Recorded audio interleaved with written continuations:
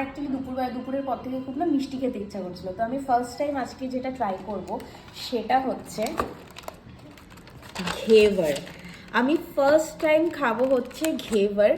তো আমি এটা জাস্ট দেখাচ্ছি। ও ওয়াও, এটা হচ্ছে এটাকে ড্রাই ফ্রুটস ঘেভার বলে। তো আমি জাস্ট একটু ট্রাই করব এটা ভেঙে হালকা করে।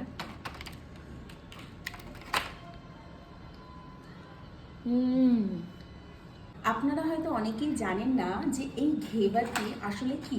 ঘেভার হচ্ছে একটি মিষ্টি, এক ধরনের মিষ্টি। আমাদের কলকাতায় যেমন রসগোল্লা আছে, ঠিক তেমনি রাজস্থানের প্রসিদ্ধ মিষ্টি হচ্ছে এই ঘেভার।